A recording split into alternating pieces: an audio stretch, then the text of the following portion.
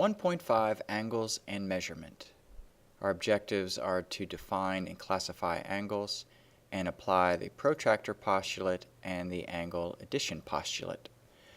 So an angle is formed when two rays have the same endpoint. So here I have some points A, B, and C. So I can say that ray BA and ray BC form an angle. Vertex, the common endpoint of the two rays that form an angle.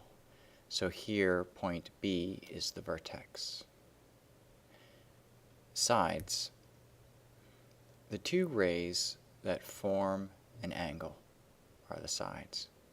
We write an angle using 3 points, like angle ABC or angle CBA.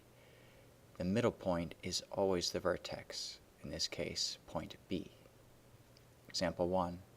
How many angles are in the picture below? Label each one 2 different ways.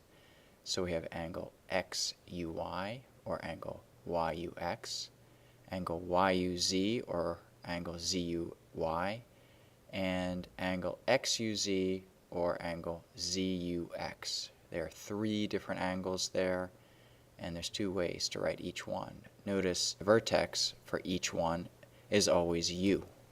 Also notice the symbol that means angle here. Protractor, a measuring device that measures how open an angle is. It's measured in degrees, and we use the degree symbol here. Okay, so here is an angle red, and we measure it starting at 0, and it opens to 45 degrees. The green one starts at 0 and measures to 110 degrees. It's easy to make a mistake here. Make sure you're consistent if you're using the inside angles or the outside angles printed on your protractor to measure. Protractor postulate. For every angle there is a number between 0 and 180 degrees that is the measure of the angle in degrees. The angle's measure is the absolute value of the difference of the numbers. Example 3, what is the measure of the angle shown below? So there's a couple of ways to find this. One, we could say the absolute value of 140 minus 15, which would be 125. Or we can use the inside numbers and say the absolute value of 40 minus 165, which gives us absolute value of negative 125, which then also yields positive 125. Let's move on. Example 4, use a protractor to measure angle RST. So use your protractor, make sure you're putting your center point at the vertex and zeroing it out on one side, and you should see that you get 100 degrees. Next, classifying angles. Write a definition and make a sketch of the following angles. Straight angle, when an angle measures 180 degrees. The angle measure of a straight line, and it's also the rays that form this angle are opposite rays. So here's a little sketch. It's a 180 degree angle. Right angle, when an angle measures 90 degrees.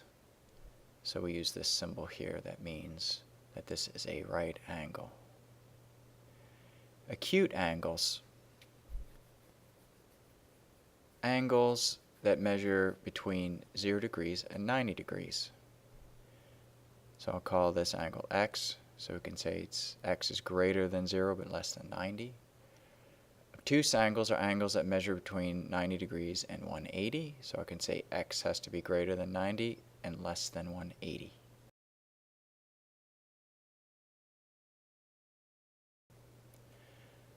Perpendicular, when two lines, segments, or rays intersect to form right angles.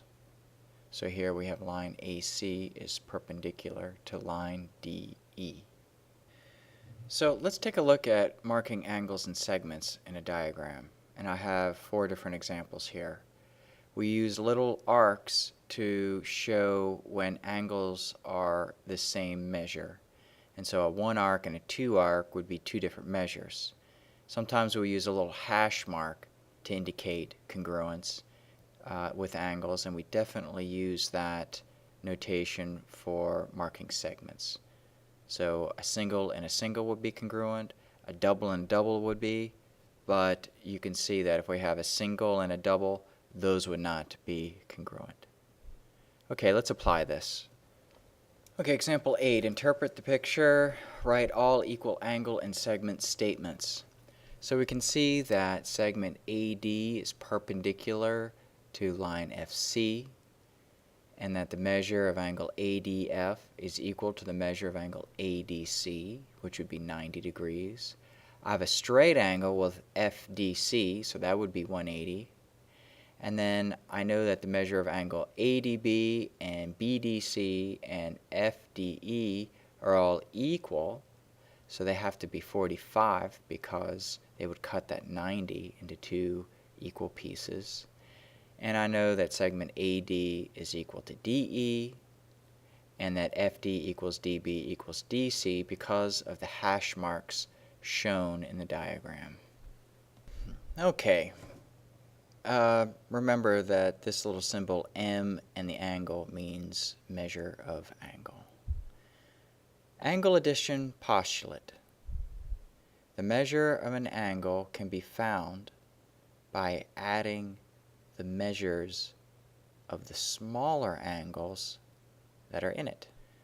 Okay, so I can say that the measure of angle ADB plus the measure of angle BDC would equal the measure of angle ADC, the larger angle. So there's three angles here, two small ones and a large one.